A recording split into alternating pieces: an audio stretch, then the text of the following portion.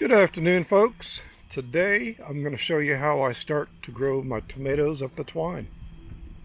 Let's get started.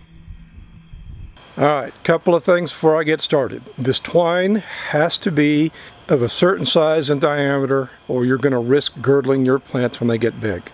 This is 170-pound baling twine. Anything smaller, when those plants get heavy, you're going to kill them.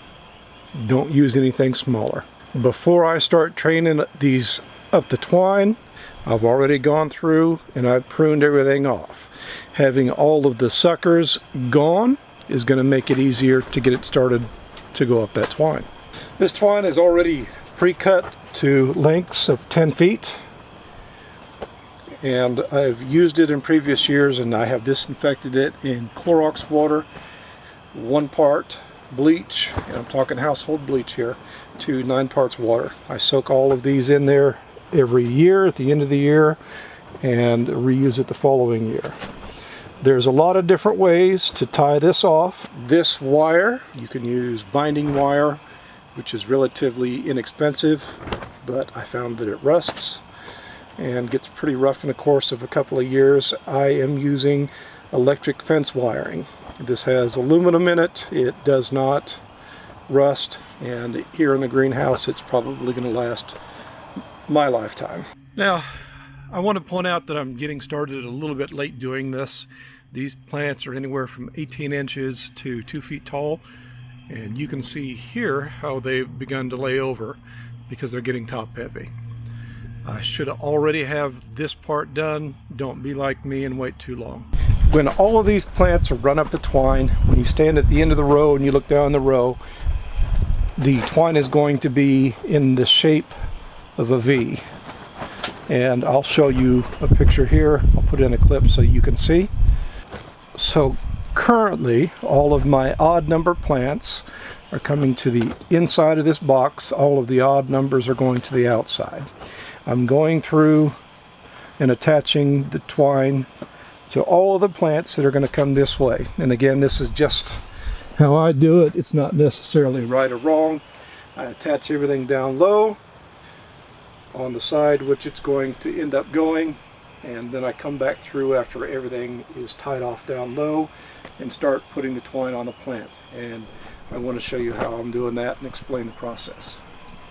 Let me reiterate that the way that I'm tying this is not the right or the wrong way to do it. It's just how I'm doing it. I'm changing the camera angle here to give you another glimpse of how I do this. I find this quick and efficient to do it this way. I like quick and efficient, so that's how I tie this off.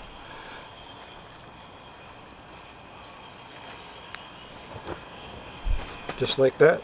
Now, let me show you how I'm training this around the plant.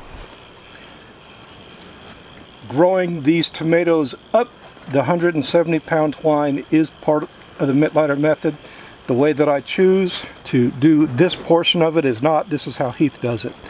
Don't assume, well, don't assume, because it's not. This is not how the Mittleider method teaches to do it. This tomato, 3 months from now, the stem of it is going to be nearly the size in diameter of a quarter. If you pull this twine tight now and wrap it tightly around that stem, you're going to girdle it and to kill it.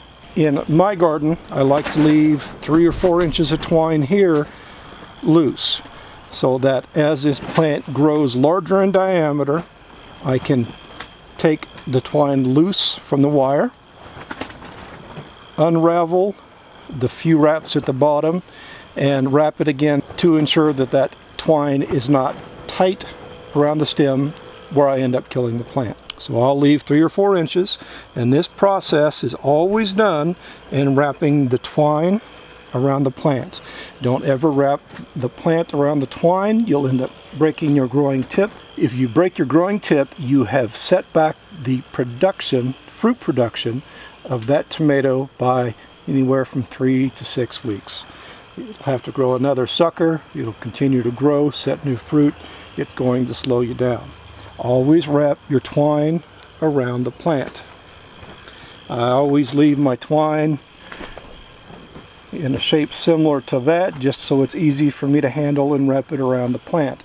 Again, I've already gone through and I have pruned off all of my suckers, except for, well, 2. I always leave 2. That's a different topic for a different day. It doesn't have to be tight, and it doesn't have to be a whole lot of wraps. Right there, that's all that I'm going to do. Again, the first few wraps at the bottom of this plant are fairly loose. It doesn't have to be tight. Now, I'm about 3 inches or 4 inches from the top of my growing tip. I don't like to wrap all the way around the growing tip. This is very tender. It's very easy to break. If you break it here, again, you're setting back your fruit production out of that plant. So I'm going to stop right there. And now this twine is going to go up to the top of my structure, and I will begin to train this plant to grow towards me. All right, I've got the first 3 done, and you can begin to see the shape that twine has taken, how it resembles a V. The first and the third plant in the row are going to my right. All of the even are going to go to my left. From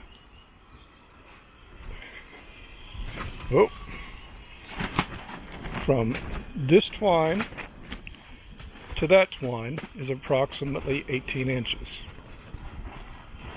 I hope this is making sense. Alright, something else that I try to do. Here I have got a bunch of blooms on my Sweet 100 plant.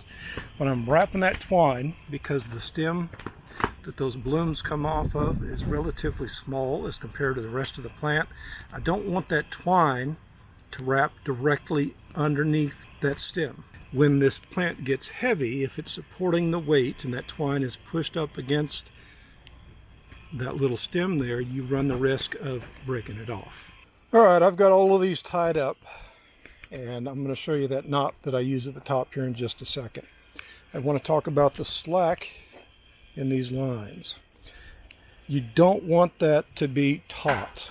You want it to be 2 to 3 inches of slack in this line so that the wind can push the plant around and it doesn't tear anything up.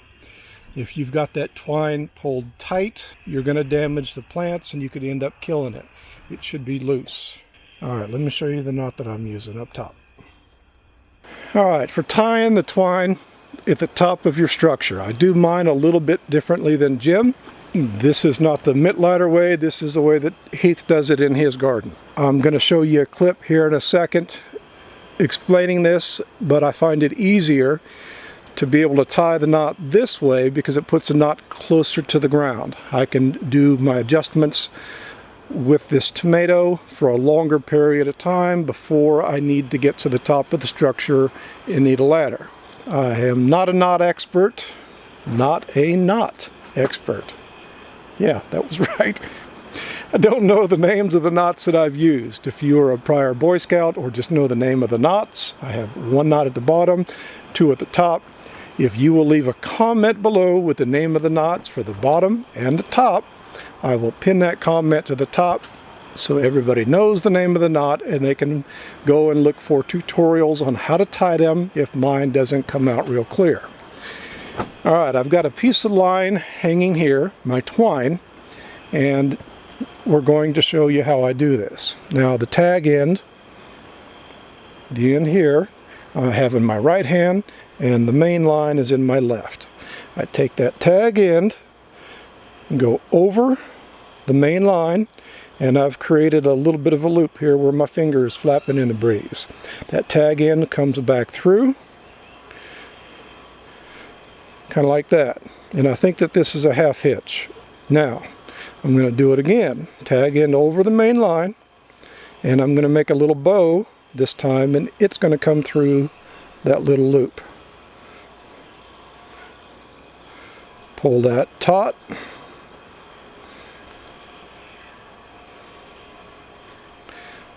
It's hard to do through a camera here. And that's how I tie my line.